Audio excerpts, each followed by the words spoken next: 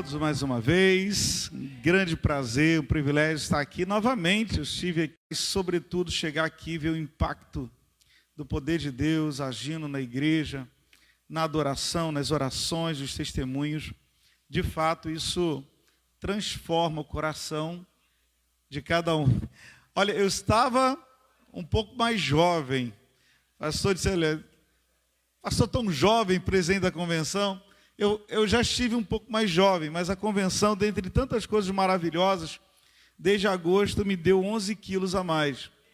Sim, porque uma coisa muito legal que tem na comunhão dos filhos de Deus é que quando nós chegamos nas igrejas, as igrejas são tão amáveis e elas nos dão comida. Em basicamente todas as igrejas que eu acabo precisando estar por conta da nossa convenção. Então você imagina como é que a situação fica. Bom, eu trago o carinho da convenção, parabéns à igreja, né? Toda essa celebração também está trazendo muita alegria ao nosso coração, porque de fato ver um trabalho batista nacional tendo tanto êxito, com tanta profundidade, com tanta espiritualidade, com tanta presença do Espírito Santo, com tantos frutos para a glória do Senhor, de fato é um modelo, é um exemplo para todos nós, principalmente para mim que estou chegando, né, pastor?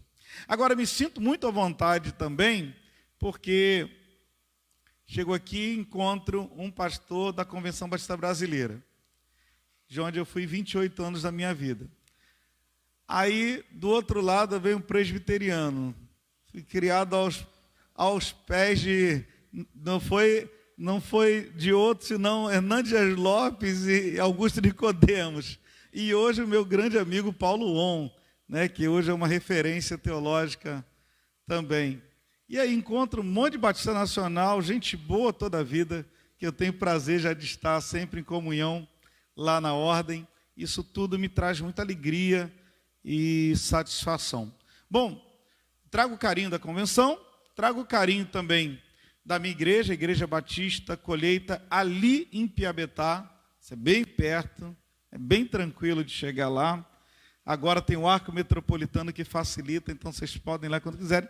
E a minha esposa não está presente, mas eu trouxe ela, tá? Quem tiver dúvida de quem é minha esposa, eu carrego ela dentro aqui da minha Bíblia e ela me faz companhia durante as mensagens aqui.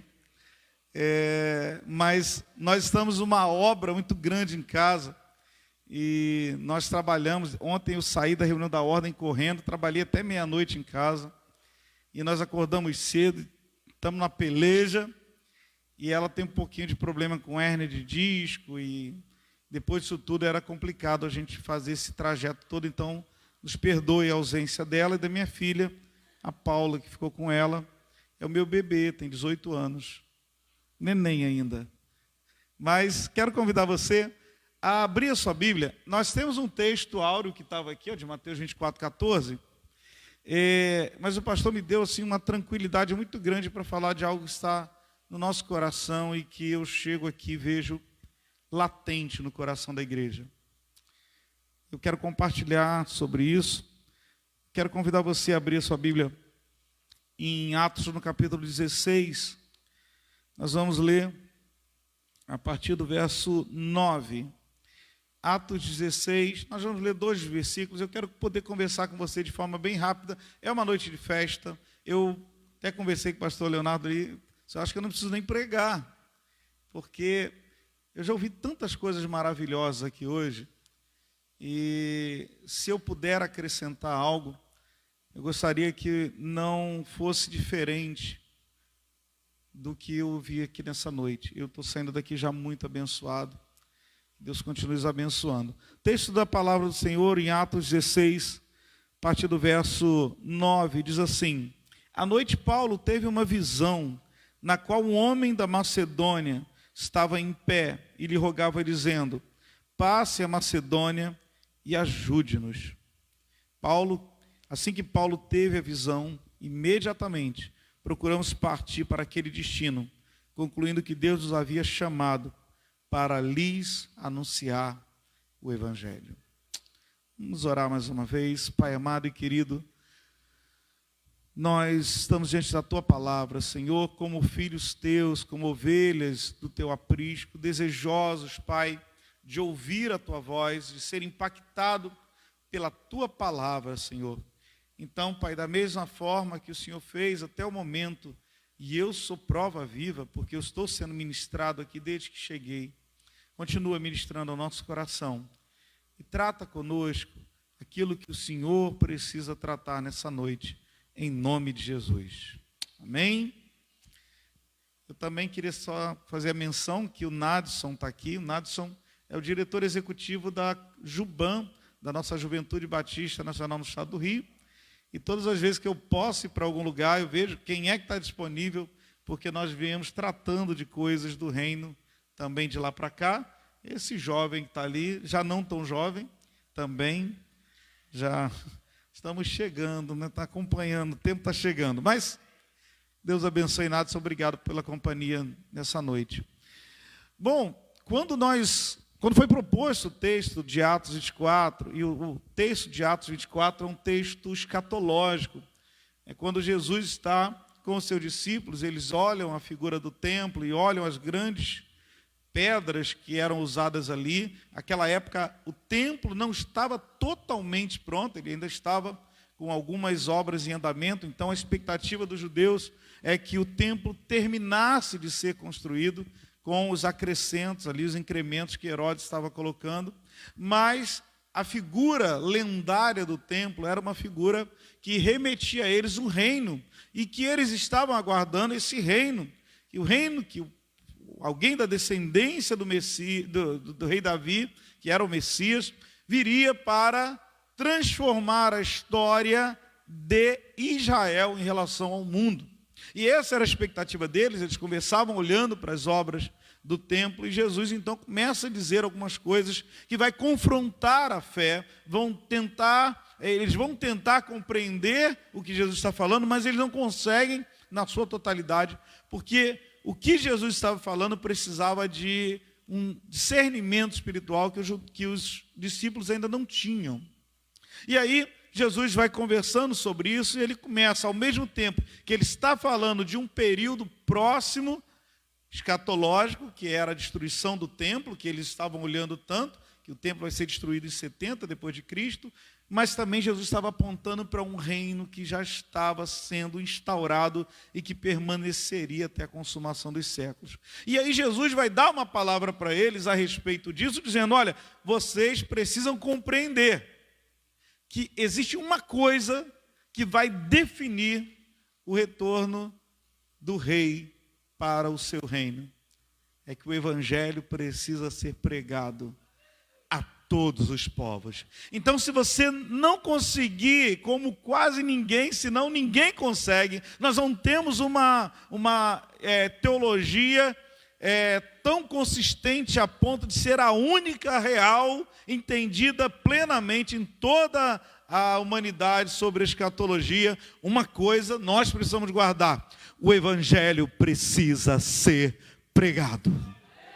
Portanto, quando você sai daqui para ir para a sua escola, você precisa pregar o evangelho. Quando você vai para uma reunião de família, você precisa pregar o evangelho. Quando você pega o ônibus e há uma oportunidade de testemunhar da palavra do Senhor, você o faça, porque quanto mais os filhos de Deus estiverem comprometidos com a chama do evangelismo, do avivamento no seu coração, nós estamos contribuindo de forma eficaz para que o rei volte para o reino. Nós aguardamos a volta de Cristo. E essa mensagem, ela vai começar a tocar o coração dos discípulos. Essa mensagem é ensinada por Jesus já no período final. Ele está perto de ser crucificado. E nesse período, as mensagens começam a ser mais impactantes. Os discípulos começam a ouvir mais verdades. E quando Jesus morre, ressuscita, ele deixa uma mensagem: ide por todo mundo e prega o evangelho a toda criatura. Mas ele também vai dizer: fique aqui em Jerusalém, até que do alto seja revestido de poder. E aí nós encontramos uma realidade interessante que o nosso querido pastor ali colocou, um avião precisa de 2 asas. Nós precisamos do conhecimento, perdão, nós precisamos da palavra, mas nós precisamos da unção do Espírito Santo na nossa vida.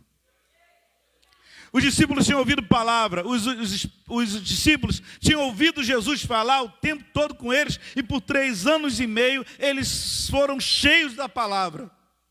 Mas Jesus disse para eles: vocês não vão agir sozinhos com o conhecimento de vocês. Vocês fiquem em Jerusalém até que o poder que vai gerar toda a sinergia, toda a energia de movimento, toda a inspiração, isso vai acontecer sobre a vida de vocês. E eles vão ficar em Jerusalém por um período de alguns dias. Tem uma conta ali que dá 40, dá mais, dá menos, mas cerca de 120 irmãos vão ficar ali orando.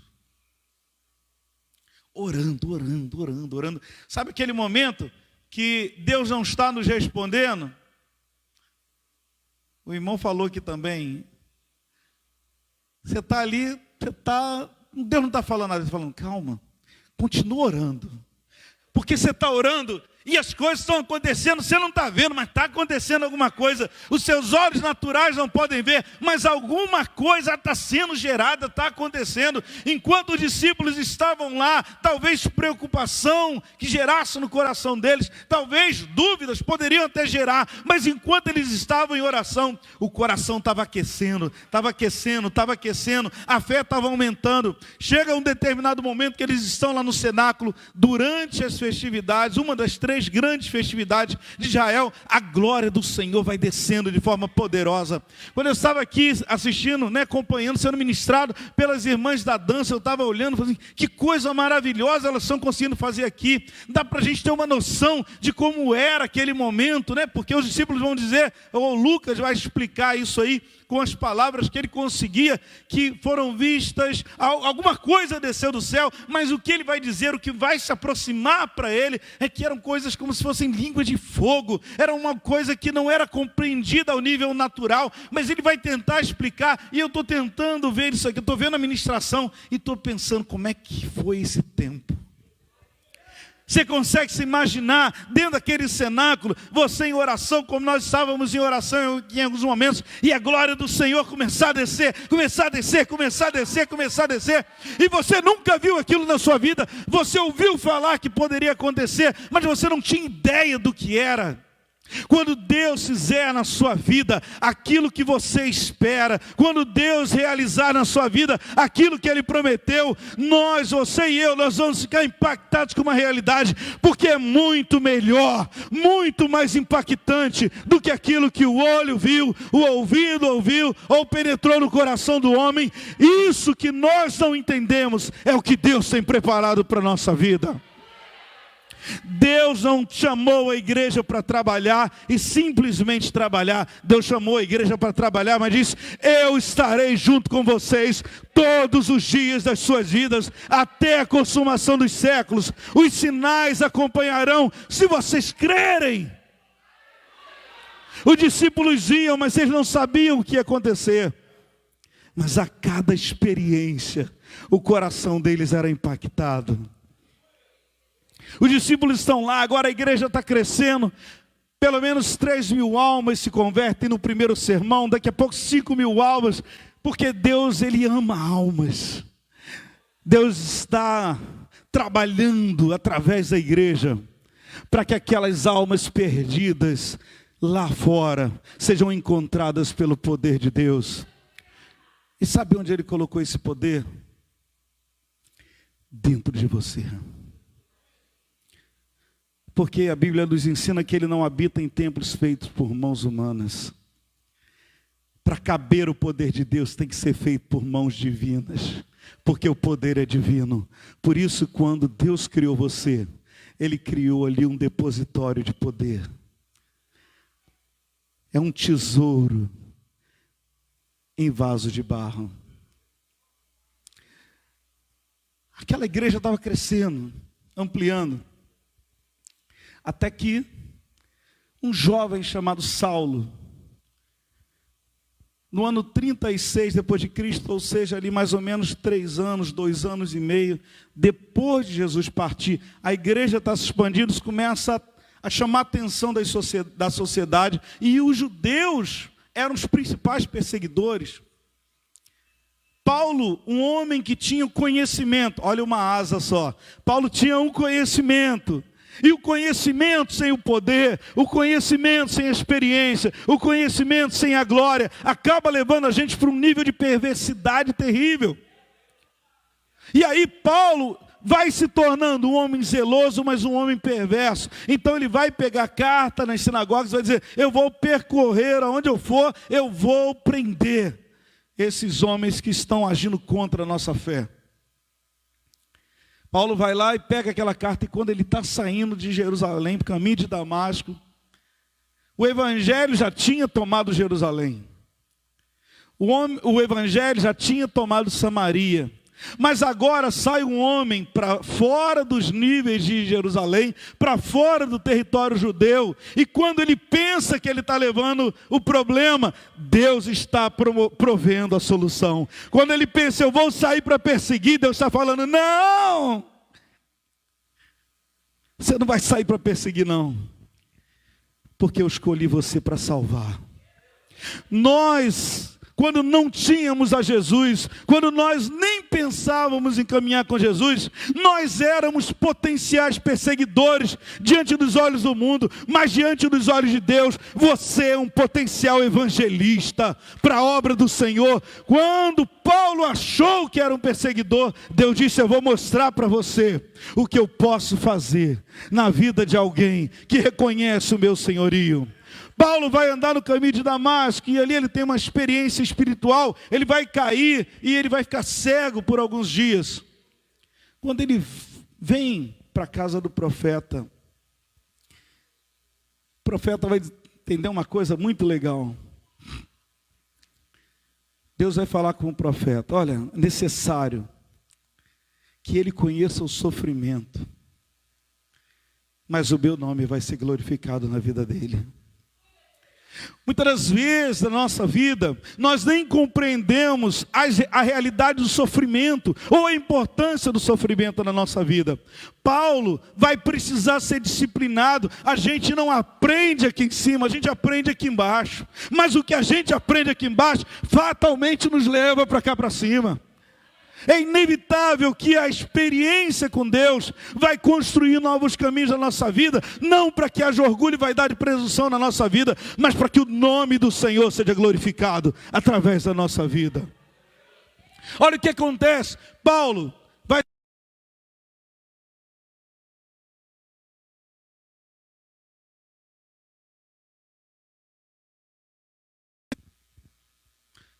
Deus já tinha prometido que faria uma grande obra na vida dele. Mas o projeto de Deus, a estratégia de Deus, a mecânica de Deus não é igual à nossa. Mas guarda isso, os resultados do Senhor também não são iguais aos nossos. Nós pensamos aqui, Deus está pensando aqui. Nós pensamos aqui, nós temos todas as estratégias humanas, mas Deus olha lá do alto e pensa: eles são muito pequenos, porque o que eu tenho para eles é muito maior. Olha o que acontece.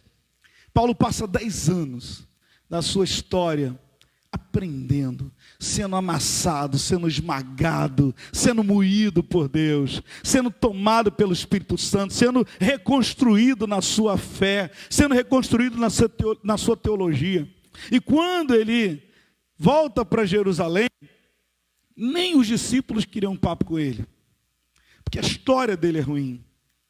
Querido, na sua caminhada evangelística, nem sempre as pessoas vão entender o que Deus está fazendo na sua vida, mas você não precisa de unanimidade das pessoas, você precisa da unanimidade de Deus. O que Deus determinar vai acontecer. O que as pessoas dizem que vai acontecer ou não vai acontecer, não é relevante. Não é. Porque enquanto você está andando, está todo mundo olhando contra você, mas você está seguindo aquele caminho que Deus colocou para a sua vida. Por isso que a palavra nos ensina: não olhe para a direita, não olhe para a esquerda, siga firme na visão que Deus te deu. Paulo está ali sendo perseguido, mas quando ele consegue uma abertura, ele vai para a igreja de Antioquia. E quando ele chega na Antioquia da Síria, que era uma igreja não judaica, ele vai passar um tempo ali orando, trabalhando com Deus. E 16 anos depois dele ter encontrado a Cristo e ter sido usado por Deus, nesse processo de reconstrução, Deus vai começar a usar Paulo de uma forma que talvez nenhum dos outros discípulos foram usados. A igreja vai estar em oração, e tudo começa na oração. E agora, depois dessa pequena introdução de 30 minutos, eu tenho que pregar em pouquinho, mas é só uma grande introdução para dizer o que aconteceu. Paulo vai, na primeira viagem missionária dele, percorrer a região da Galácia, vai fundar igrejas, vai ser perseguido, vai sofrer, vai ser abandonado por João Marcos, porque João Marcos não vai compreender a realidade ministerial de Paulo e o sofrimento que estava inserido nesse desenvolvimento espiritual. E nem todo mundo que está andando com você na sua fé vai entender também o que Deus está fazendo na sua vida. Muitas das vezes você está com quem está do seu lado, mas essa pessoa que está do seu lado não consegue compreender. Não é culpa dele, isso faz parte da vida. Paulo vai voltar para Antioquia e vai para uma segunda viagem missionária. E o coração de Paulo está assim: eu preciso ir para a Ásia Menor. Eu tenho que pregar o evangelho na Ásia Menor. Eu tenho que pregar o evangelho na Ásia Menor. E quando ele está a caminho, Deus fala assim: mas eu não te quero na Ásia Menor. Porque muitas das vezes nós, ainda sendo servo de Deus, ouvindo a voz de Deus, não conseguimos ouvir tudo. E Paulo estava no afã de fazer a obra, de crescer, de fazer o evangelho prosperar. Por quê? Porque Paulo tinha um chamado para a vida dele, que estava representado pela palavra que Deus deu lá, que Jesus deu em Mateus 24:14. Eu volto quando o evangelho tiver sido pregado em toda a terra. Paulo saía para pregar o evangelho, e ele não estava pregando o evangelho apenas para abrir mais uma igreja, ele não estava apenas fazendo o nome dele, nada disso. Paulo estava apressando a volta de Jesus. Quando nós pregamos o evangelho, nós cooperamos para que Jesus volte logo. Quando você prega o evangelho para alguém, é o Espírito do Senhor dentro de você clamando: volta logo, volta logo, volta logo. Se você quer que Jesus volte logo, se você tem anseio pela vida eterna, se você quer entrar na eternidade, se você quer conhecer a Cristo como Ele é, porque aí nós o veremos face a face e o conheceremos como por Ele somos conhecidos. Isso só vai acontecer na eternidade quando Ele voltar. Se você tem sede, desejo, se você tem essa motivação no seu coração, se você também é apaixonado pela eternidade e pelo céu, você precisa pregar a palavra do Senhor. A marca de um cristão apostólico não é alguém que vive para a própria vida, é alguém que já abriu mão da própria vida, esperando a volta do Messias, trabalhando pela volta do Messias. E quando Paulo sai para a igreja, tentando chegar na Ásia Menor, no meio do caminho, Deus fala: não, porque é do meu jeito, não é do seu jeito. É sobre o meu controle, não é sobre o seu controle. Querido, nós como igreja de Cristo precisamos estar diariamente, o tempo todo, e até 24 horas por dia perguntando ao Senhor: Senhor, o que eu faço hoje? O que é para fazer? Para onde eu vou? Porque sem o direcionamento de Deus, fatalmente, nós vamos fazer algo de errado, ou muitas vezes nós nem chegamos a fazer algo de errado, mas deixamos de fazer o certo. Nem sempre. A gente pensa assim: pastor, mas eu estou vivendo uma vida de santidade. Eu estou vivendo uma vida de santidade. Eu não mato, eu não roubo, eu não me prostituo, eu não adultero, eu não sou violento, eu não falo palavras torpes, eu não faço isso, eu não faço isso. Mas se você não prega o Evangelho sobre a direção do Espírito Santo, há algo errado com essa santidade, porque a santidade de Deus é trazer a gente para dentro de um ponto de questão que é o centro da vontade dEle, é o propósito central do nosso chamado. Prega o Evangelho e apressa a volta de Cristo. Paulo vai chegando, quando ele põe o pé na Ásia Menor, o Espírito Santo fala, não, vai para a Macedônia. E a Macedônia era Europa. Europa que o pastor já conhece muito bem. E minha esposa, ela me fez uma proposta. Eu completo em 2025, 25 anos de casado. Estão me olhando jovem assim, né, com essa aparência jovem. Parece que eu casei ontem, mas eu casei dia 4 de novembro do ano 2000. Eu esperei ver se o mundo ia acabar mesmo no 2000, não acabou, casei.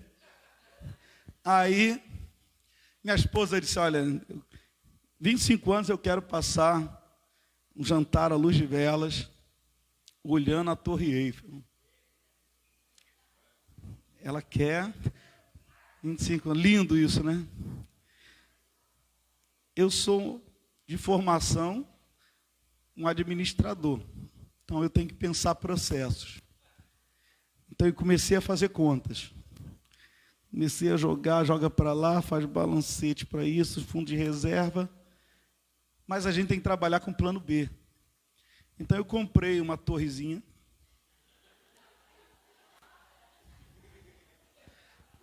Estou reformando a casa. Está ficando um lugar lindo. E estou pensando em aprender a falar francês. Para poder dar um tonzinho, né? Te põe lá no som La Vie Rose. E aí começa a parler francês. Aí vai, pronto. Mas Paulo não queria ir para a Europa naquela hora. Mas Deus fala assim, não. Você vai para lá.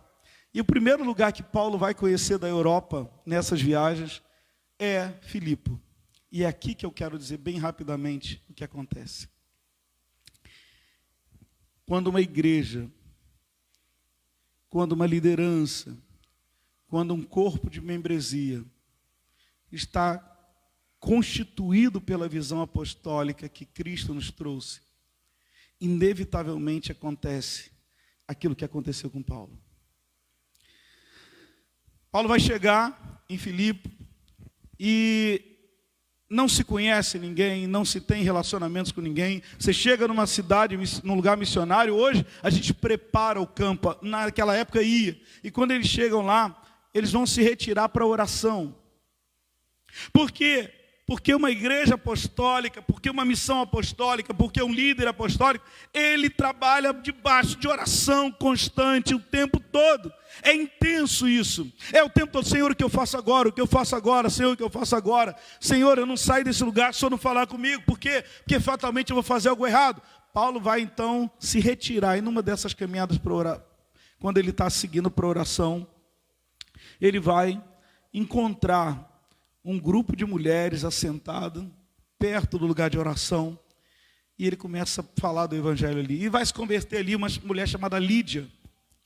Lídia era uma mulher muito rica, muito próspera, era uma comerciante de púrpura. Púrpura era um objeto caro, que era usado para tintura, era usado também para alguns cosméticos, era alguma coisa que era cara, não era todo o povo que tinha direito a comprar, não tinha condições de comprar isso. E ela enriquecia, e a primeira pessoa que na Europa vai se converter é uma mulher extremamente rica, e a gente começa a pensar, poxa, então agora a igreja da Europa vai ser uma igreja extremamente rica. Essa mulher chama agora, vamos lá em casa, porque toda a minha família precisa ouvir, porque a igreja apostólica é uma igreja de família. E tudo que eu estou pregando eu ouvi aqui hoje. Então só estou usando agora tudo que eu ouvi. Primeira mulher, Lídia. Primeira família, família de Lídia. E ali Paulo começa um primeiro ministério, uma primeira experiência. Um outro dia ele está indo orar de novo. Porque eu consegui o primeiro resultado, mas eu não cumpri ainda o chamado, porque eu tenho que pregar a todo mundo até que Jesus volte. E ele vai no caminho de oração de novo. No caminho de oração vai aparecer uma outra mulher agora uma escrava, uma mulher grega. A Lídia era asiática, mas agora a segunda mulher era grega. E essa mulher era uma escrava. E ela ficava adivinhando coisas. E é interessante porque ela passava por alguns dias isso. Enquanto Paulo ia orar, ela ia atrás. E esses homens falam o nome do Deus Altíssimo. Esses homens falam. E aí é interessante porque Paulo começa a se incomodar. Se incomodar por quê? Porque embora aquela palavra trouxesse orgulho, vaidade, presunção no coração dele, poderia trazer, não era Deus falando. E uma igreja apostólica não ouve qualquer voz. Não ouve qualquer voz que vem para lá e para cá. Nós ouvimos a palavra de Deus, nós somos imersos na palavra de Deus, nós somos cheios da palavra de Deus, é a palavra de Deus que nos santifica. Paulo, então, no caminho da oração, ouve essa mulher e vai repreender o espírito dela, o espírito imundo que está nela. E aquela mulher, a Bíblia não conta se ela vai se converter. Mas eu vejo o evangelho não chegando aos mais nobres. Eu vejo o poder de Deus também chegando às classes mais baixas da sociedade. E aquela mulher foi liberta pelo poder do Senhor, que estava agindo na vida de um ministério apostólico, profético, missionário. E para caminhar para o final, as pessoas não ficaram felizes com Paulo.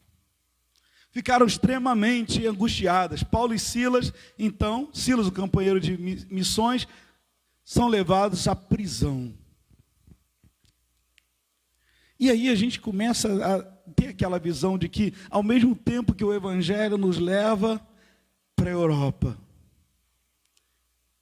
também nos leva para a prisão.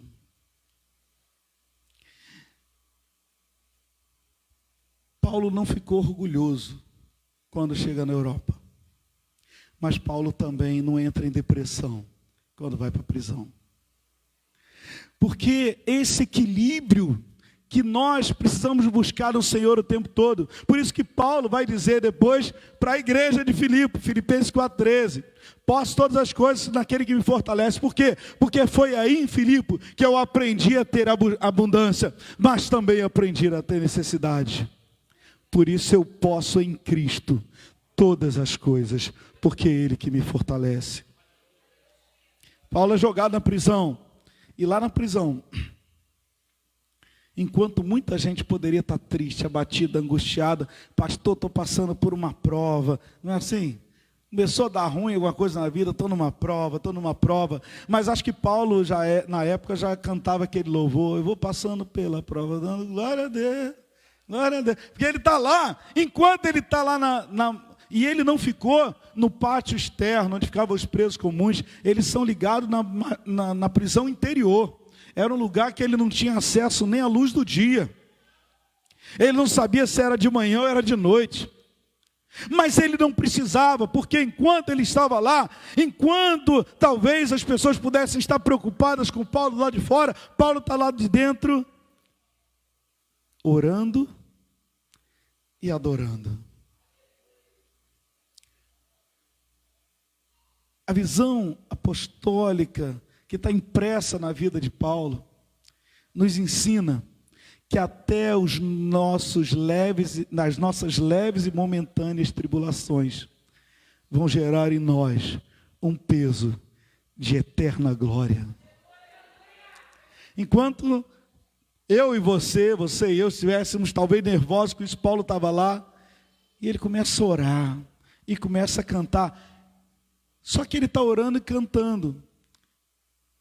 É uma relação dele com Deus. Só que tinha um monte de presos também em volta. E a Bíblia diz que os presos estavam observando. O mundo vai observar você na sua riqueza, mas também vai observar você na sua pobreza. O mundo vai observar você na sua saúde, mas também vai ver como você se comporta na sua enfermidade.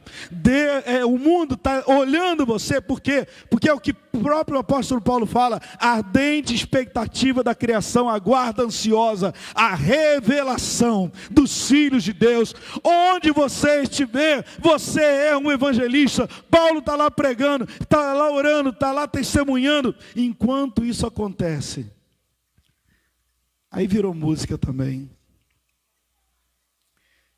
E a gente canta hoje sem ter visto, né, pastor? Um terremoto vai acontecer aqui, e as cadeias que me prendem vão cair. Quando não há o que fazer, e é muito forte a minha dor, e clamo ao Senhor.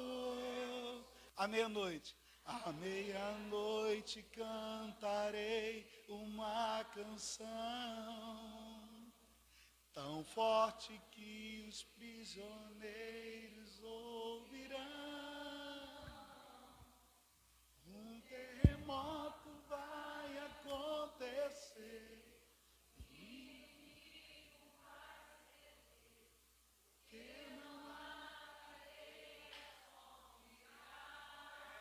Adoração.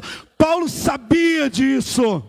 Paulo sabia, a relação dele de oração com Deus fazia ele crer que algo ia acontecer enquanto ele permanecesse fiel, enquanto ele estivesse ligado à missão que Deus tinha dado a ele. Algo tremendo ia acontecer, e ele continuou em oração, continuou em adoração, continuou testemunhando, e a glória do Senhor estabeleceu-se sobre aquele lugar. As cadeias se abriram, houve um terremoto, e quando há um terremoto, gente, onde ele estava não tinha luz do dia, estava tudo escuro. Quando o carcereiro chega, o carcereiro não vê ninguém. Ninguém. E ele entra em colapso. E ele vai tentar tirar a própria vida. Imagina então que no lugar escuro, todo mundo lá quietinho, de repente vem uma voz: não faça isso. Não tire a sua vida. Nós não viemos aqui para tirar a vida de ninguém. Nós somos portadores de vida. Nós somos servos daquele que dá a vida. E fique tranquilo, nenhum preso saiu daqui. O poder de Deus manifesto naquele lugar trouxe uma consciência de justiça que nem o carcereiro compreendeu. E ele vai dizer: o que eu posso fazer agora para ser salvo? E Paulo vai dizer para ele, Atos 16:31, crê no Senhor Jesus Cristo, e serás salvo tu e a sua casa. Porque o evangelho não veio para pegar um, veio para pegar todo mundo. Não veio para salvar um, veio para salvar todo mundo. O evangelho, a igreja do Senhor é um lugar de família, é um lugar de presença de Deus, é um lugar de unidade, é um lugar onde Deus converterá o coração dos pais aos filhos e dos filhos aos pais. E aí, o carcereiro vai dizer: vamos lá na minha casa agora, porque a minha família precisa saber o que aconteceu aqui. Paulo vai para lá, prega o evangelho. Sabe o que Paulo faz depois de pregar o evangelho? E converter a família? E batizar aquele povo? Ele volta. E vai dizer: não, eu entrei aqui de forma desonrosa. Mas eu sou um cidadão romano. Eu não fiz nada de errado. Eu posso ter entrado de forma desonrosa, mas eu vou sair daqui honrado, porque eu sei o Deus que eu sirvo.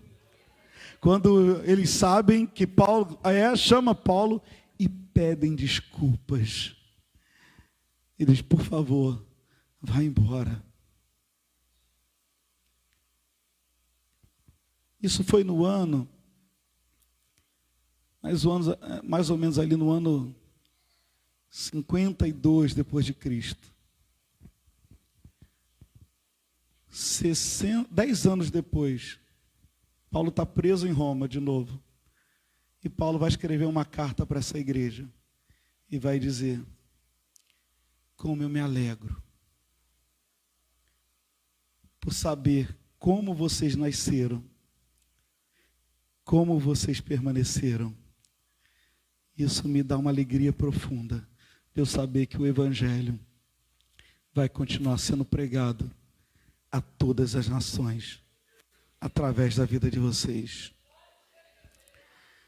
23 anos da Igreja Batista do Calvário em Mangaratiba, como uma igreja apostólica, missionária, evangelística, que começou aqui, mas não está mais só aqui. Porque inevitavelmente o poder de Deus vai se espalhando em Mangaratiba, Itaguaí e mais todos os lugares onde essa igreja pisa, leva a glória do Senhor, que é derramada nesse lugar. Pastor, o que o Senhor quis dizer com isso tudo? Eu quero só dizer para você que se Deus trouxe você nesse lugar, Ele está comissionando você e compartilhando com você uma missão. Nós precisamos ganhar toda Mangaratiba, em nome do Senhor. Quando você sair daqui, não importa na saúde, ou na doença, na riqueza ou na pobreza, como um bom casamento,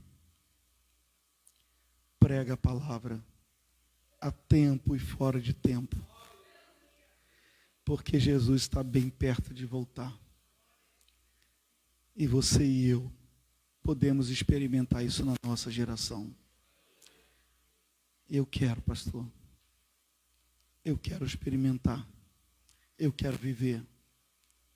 Por isso eu quero pregar o Evangelho aonde eu estiver.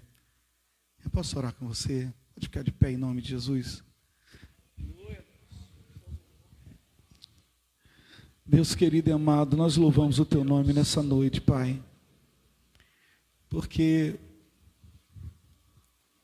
o que o Senhor começou a fazer através dos Seus discípulos há quase 2.000 anos atrás, Pai. O Senhor tem feito através de tantos homens e mulheres, Senhor.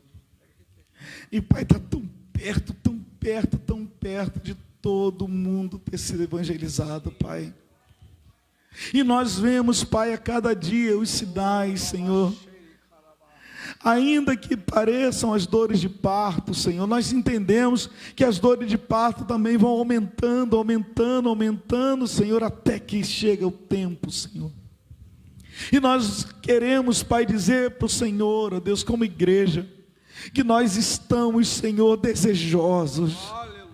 Pai, nós estamos muitas das vezes desesperados, Senhor, por ver o Senhor retornar, ó Deus, para poder buscar a sua igreja, Senhor, a sua igreja que tem lutado, trabalhado, guerreado, Senhor, suportado muitas das vezes, Senhor, as perseguições, as lutas, as guerras desse tempo, Senhor, mas tem sido fiel, Pai, para se apresentar diante do Senhor como igreja santa, pura, imaculada, Senhor, com as vestes lavadas do sangue do Cordeiro, Pai.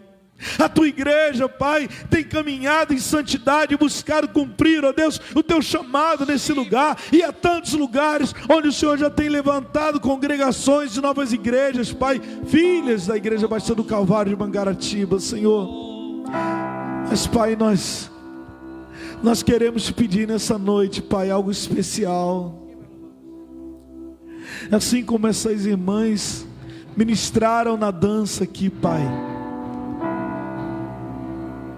nós queremos ver, Deus, o teu Espírito queimando em nosso coração, Pai.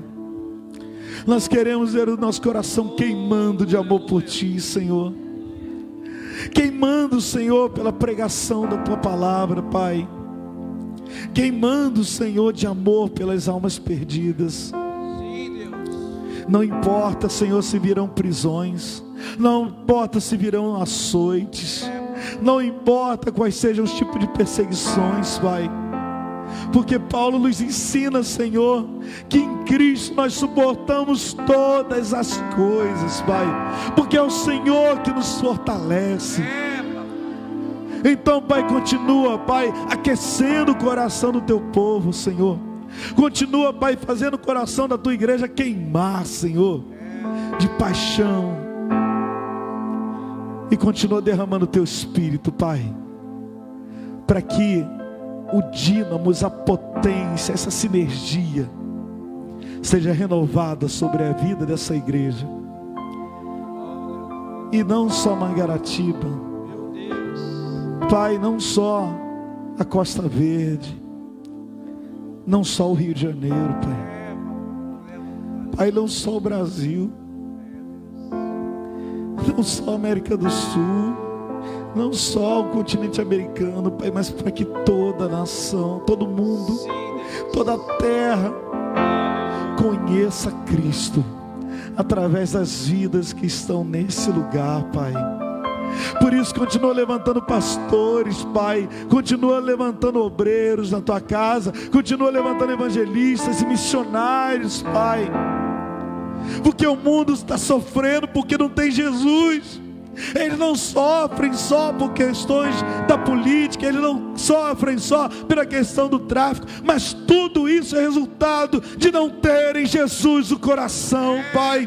E Jesus reina através da tua igreja, Pai. Então, Senhor, através da força do teu Espírito que habita nessa igreja, Pai, transforma o mundo, Senhor, transforma gerações, Pai, porque nós estamos aqui disponíveis para cumprir o teu plano para a nossa vida, para esse tempo, em nome de Jesus.